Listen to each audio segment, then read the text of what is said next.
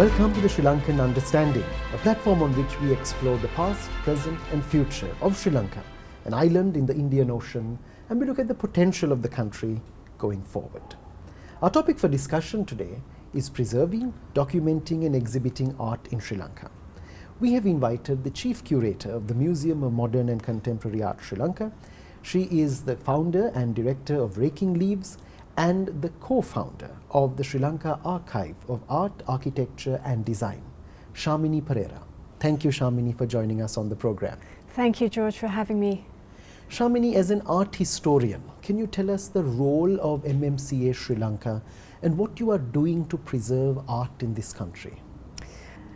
The museum is really a place where one would look at art, look at displays of art, but it's also behind the scenes.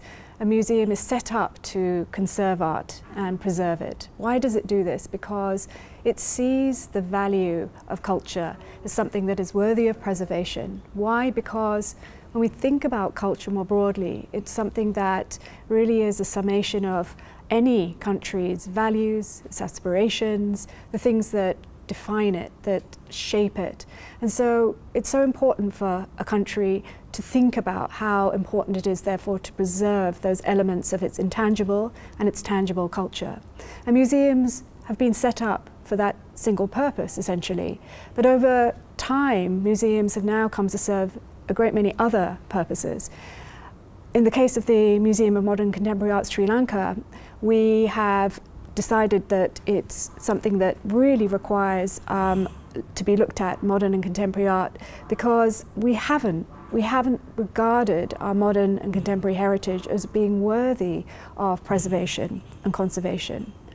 And when we think about the rich, I suppose, industry in the country, which is for conservation and preservation of our archaeological sites, they've told us through their research, through their interventions, through the things that they have made public for us to see, they've told us so much about the cultures that we were.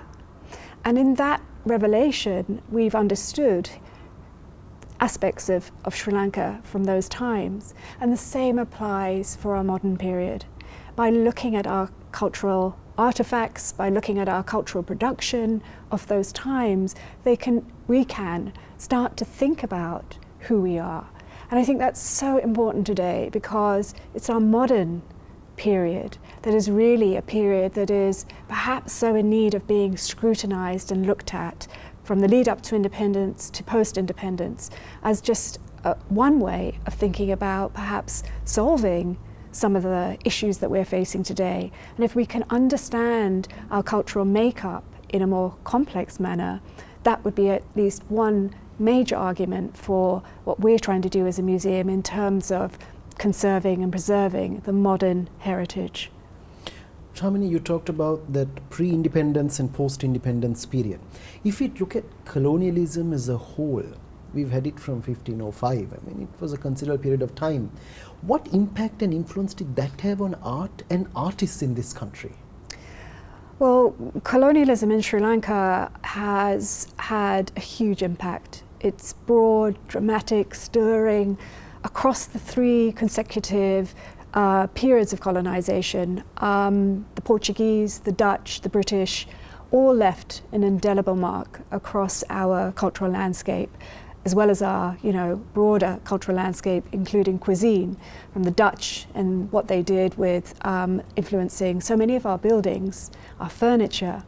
But I think particularly it's the British that left a kind of influence and impact that perhaps is more long-lasting, not simply because they were the last colonizers, but because of some of the things that they started to introduce when it comes to particularly the visual arts. And I think one thing that they did, which has really changed the kind of landscape of what we now think of as visual arts, is that they introduced easel painting.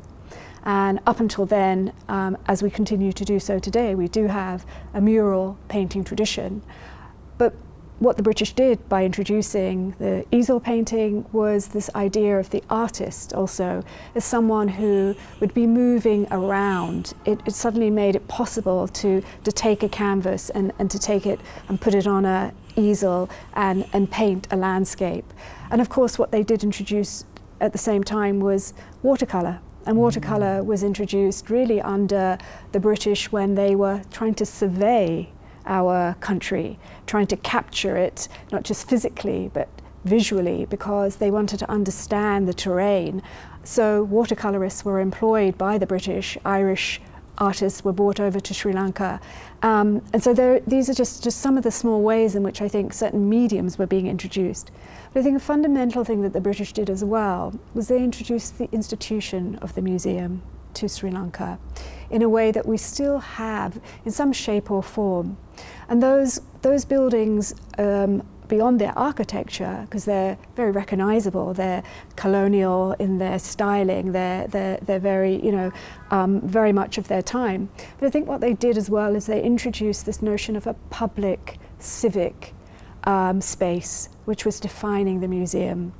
And I think what we also can see today too is that under the British, what we began to see happening too were responses and reactions to what they were introducing in terms of the teaching of art. And that's the story of our modern art. It's in some ways it's very integrated into what happened when the British were here and reactions and interactions with that. But one last point I think that I'd love to make that I think is there when we think about what the impact of colonization had on us was that it was socially creative on many aspects, on many levels I should say, but it was perhaps also socially destructive when we think about the colonization of the mind. And when we think about that, and what I mean by the colonization of the mind is that people had inherited an inferiority mindset due to their ethnic or cultural makeup. And this corresponded to a belief, if you like, that the colonizers' cultural values were superior. And that colonial mindset, carried on, and many of those with those colonial mindsets also ran several of these institutions.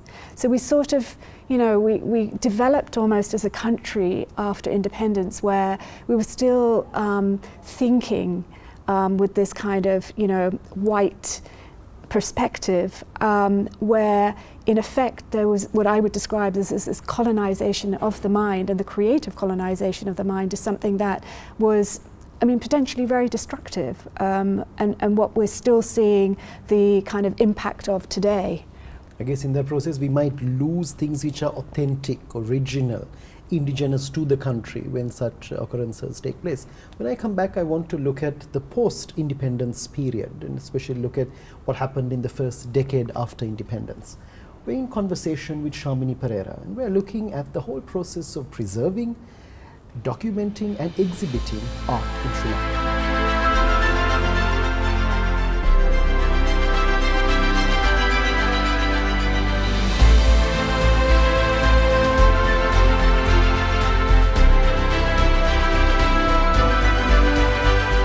Welcome back to the Sri Lankan Understanding. We're in conversation with Sharmini Pereira, and we're talking about the process of preserving, documenting and exhibiting art in Sri Lanka.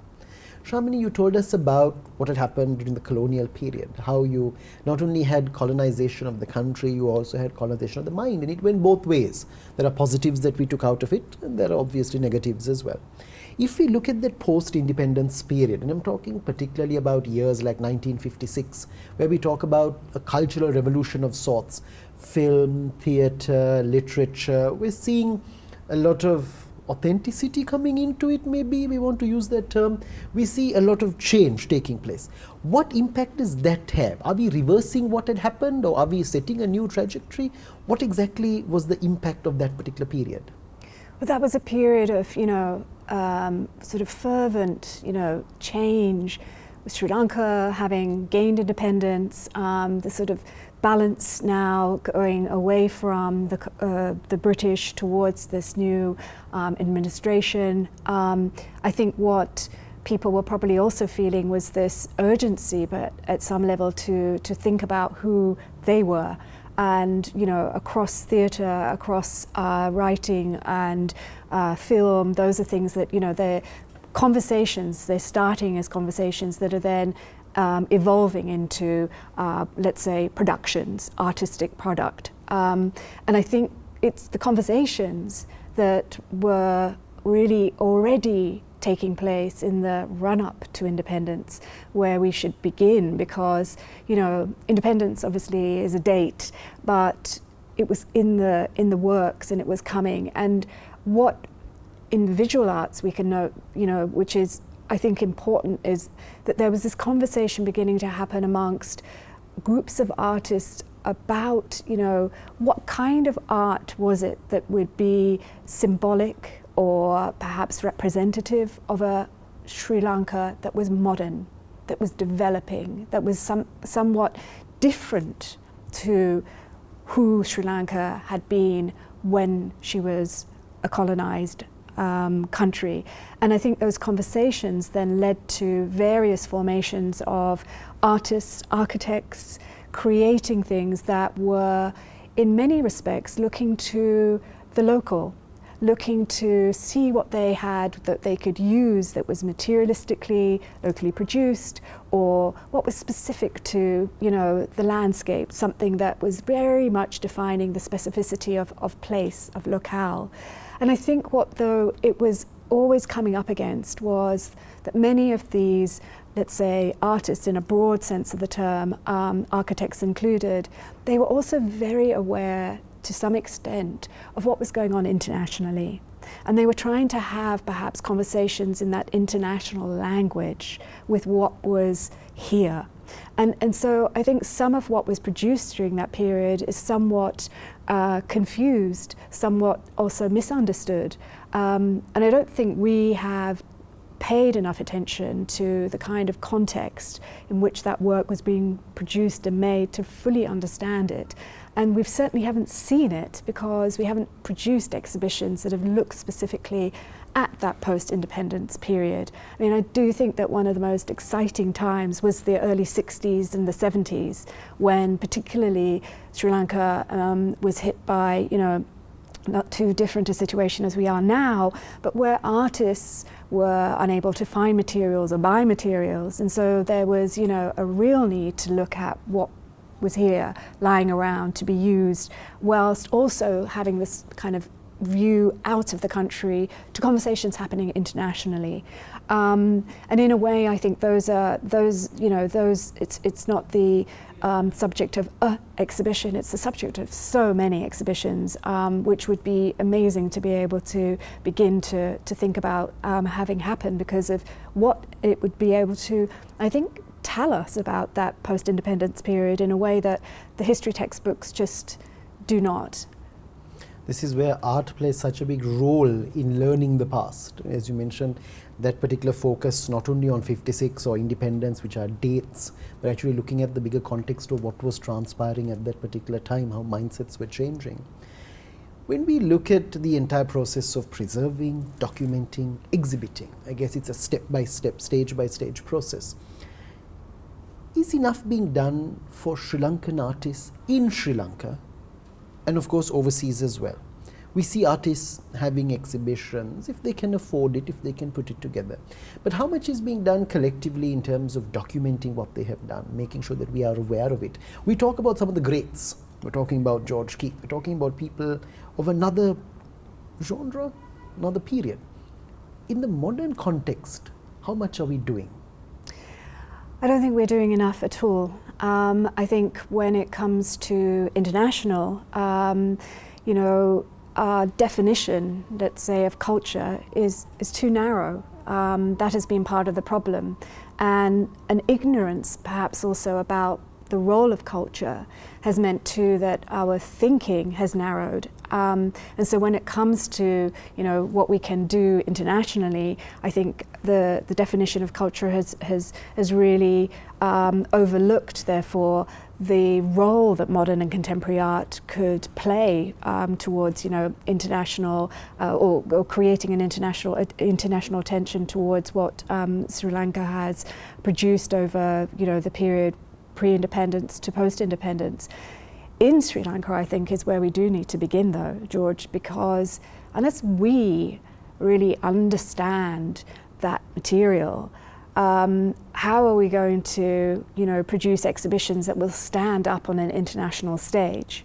I think it's always sometimes the case that you send something out of the country because you think this is going to show off the best of Sri Lanka, whereas nobody in the country has perhaps seen it, and seeing it in the country is also putting it through a kind of rigor that I think is important, because people here know, and they will be a very important audience. They are going to scrutinize that material at another level. When you send it out to wherever it might be, that knowledge is going to slowly be, becoming less and less. Obviously, the exhibit is there to perhaps, convey and produce knowledge and convey information and create an appetite for education about our cultural output. But I do think that our local audience is such an important part of that knowledge creation around anything that we might be thinking about culturally. Sharmini, when we come back after the break, I want to look at how culturally conscious we are as people, as citizens of this country. As you said, very little is being done for artists. What role are we playing as those who view art or try to understand art? How are we contributing? Are we contributing? Are we supporting? Are we creating challenges for the field as a whole because we are not culturally conscious? Let's talk about that on the other side when we come back to our next segment on the Sri Lankan Understanding.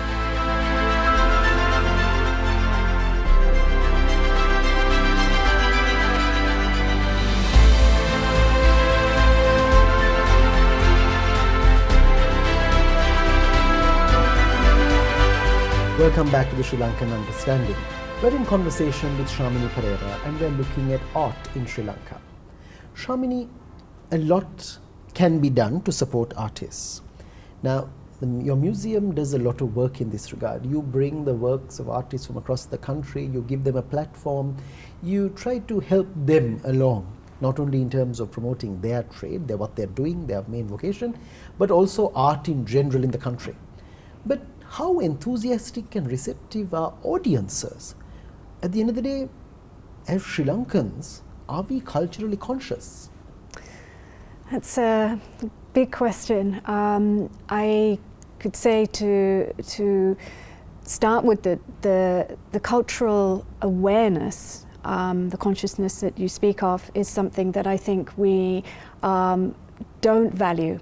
When you look at the curriculum, when you look at schools, when you look at the emphasis placed on discussions which are of a cultural nature, it's never as important as other subjects. But when we think about how important culture is in terms of how it defines our values as a society, as a group of different people, if we understand culture having that place, then we can begin to understand two things. One is that it does have a very close relationship with our national identity, and that is undeniable. And of course, culture has been used to define certain kinds of national identity.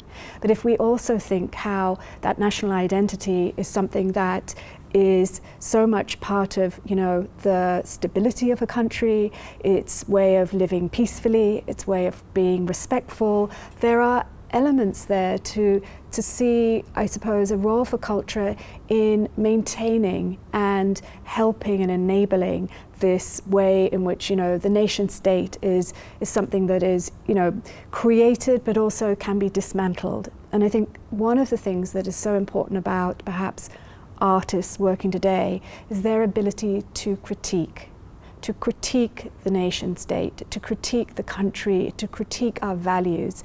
Sometimes, what can't be said can be created, and those artworks become, I think, talking points. They don't give you the answers. And what I guess we need to become more conscious of is the importance of having those voices.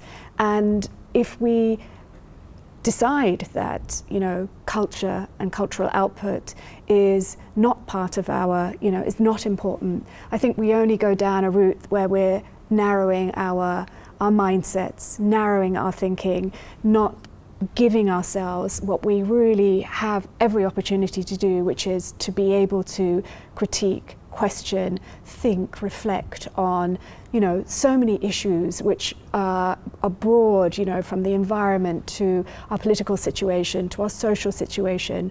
I mean, art is just such a dynamic vehicle for being able to do that.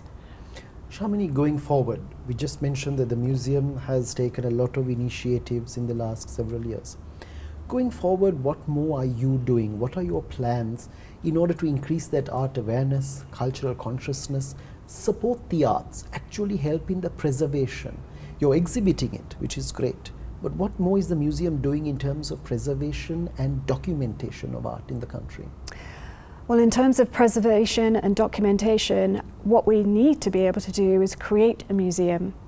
And we are very much a museum in the making. And the Museum of Modern and Contemporary Art Sri Lanka is something that we are planning to have as a permanent building that will be, to be honest, probably one of the most important cultural offers for the capital. When we think about audiences for contemporary art, it's been proven around the world that museums of modern art drive tourism. And I think it's not just for tourists to come that we would have a museum. Another huge factor is that this museum is education driven.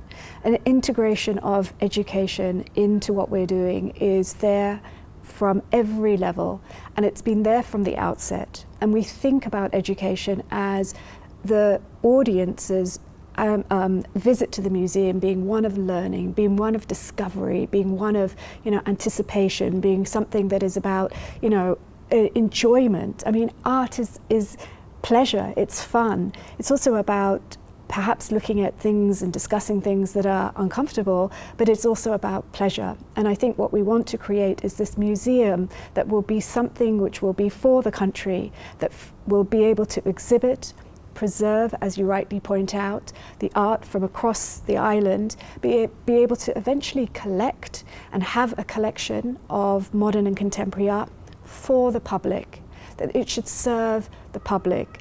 A museum, an institution which we have many of in the country in terms of museums, there's so few that I would say are really for the public benefit. And I think we need to think of this museum as something that would be accountable to those publics, to say to them, this is something that we are doing for your benefit. And in the long run, it's also something that will begin to elevate the quality of our cultural production from the turn of the century right up to the present day. And it provides so much in terms of something that we don't think of here, but jobs in the arts, in museums, which again is something that many young people wouldn't ever have thought about doing, but going to work in a museum should be a reality and can be if we are able to create this museum of modern and contemporary art. And it should be a museum as well, I think, that is partly coming from a government supported angle towards also seeing it as a partnership with the private sector. And I think that combination would be ideal for a country like Sri Lanka, where support from the government is not really going to be forthcoming in the manner in which this museum would probably be most successful. But the private sector and the corporate sector certainly would have a huge role to play in creating this museum for the benefit of the country overall. So many stakeholders and so much that can be done.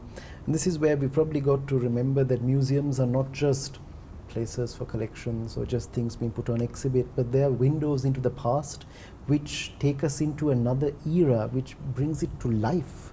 And pieces of art do that as well. When you look at some of the artifacts that have been preserved over periods of time, or paintings that date back sometimes centuries, you're looking at techniques, you're looking at the whole practical side of it, but you're also looking at the mindset of the artist and what was going through their minds and what they were experiencing in those time frames.